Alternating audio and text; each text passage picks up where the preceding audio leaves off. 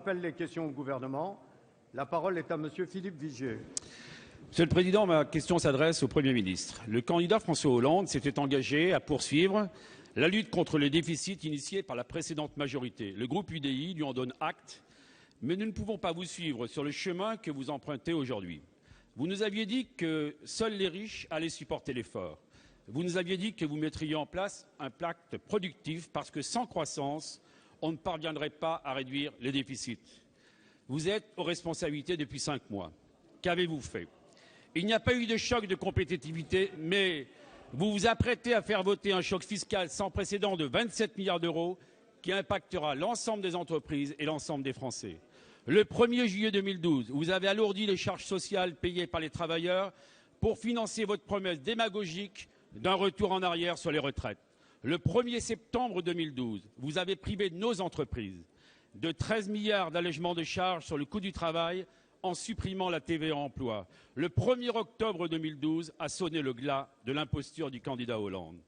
Le 1er octobre 2012, ce sont 9 millions de salariés qui font des heures supplémentaires et qui vont payer plus d'impôts. Sont-ils riches?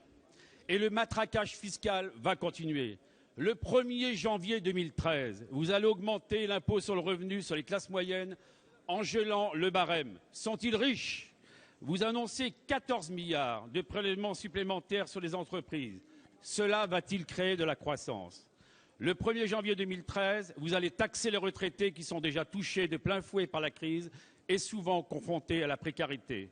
Et vous taxerez plus encore les artisans, les commerçants, les auto-entrepreneurs. Cela va-t-il créer de la croissance? Alors, Monsieur le Premier ministre, ma question est simple. Pouvez-vous prétendre encore aujourd'hui que seul un Français sur 10 sera concerné par les hausses d'impôts? Et quand allez-vous conduire une vraie politique pour la compétitivité et pour l'emploi? Merci. La parole est à Monsieur le ministre délégué chargé du budget, Jérôme Cahuzac. Merci, Monsieur le Président.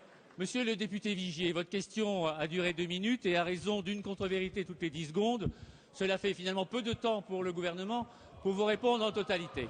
Néanmoins, je voudrais vous répondre à celles qui me paraissent peut-être les plus caricaturales.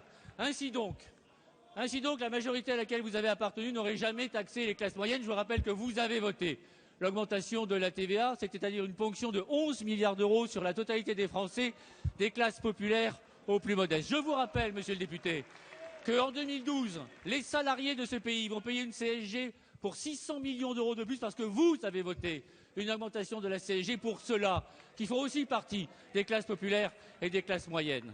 Si je me permets de vous rappeler cela, c'est pour espérer de votre part, en ce début de mandature, une opposition peut-être un peu plus constructive que la caricature que vous venez de donner, je le crains, en exemple à l'ensemble de vos collègues, du moins ceux qui vous approuvent bruyamment actuellement. Je ne crois pas, monsieur le député, que vous puissiez dire qu'il soit illégitime de demander aux seuls retraités imposables de consentir quelques euros de plus par mois au nom de la solidarité intergénérationnelle.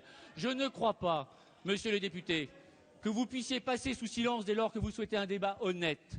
Le fait que le mécanisme de la décote que nous allons instaurer permettra précisément à ceux des plus modestes de nos compatriotes soit de ne pas payer d'impôt sur le revenu, soit d'éviter d'en payer davantage. Ils sont 7,5 millions de foyers fiscaux dans ce cas. Je ne crois donc pas, monsieur le député, qu'avant que ne s'engage le débat sur la loi de finances, soit en commission, vous en faites partie, la commission des finances, soit dans cet hémicycle, vous faites partie des parlementaires les plus assidus. Je ne crois pas donc que ce débat s'engage sous de bons auspices dès lors que la caricature remplace l'honnêteté, dès lors que le slogan remplace la réflexion, et c'est un peu plus de sérénité et peut-être d'objectivité sur ce que votre bilan de ces 10 dernières années que vous engage à rentrer dans ce débat sur la loi de finances, à l'occasion duquel, je vous assure, je vous répondrai.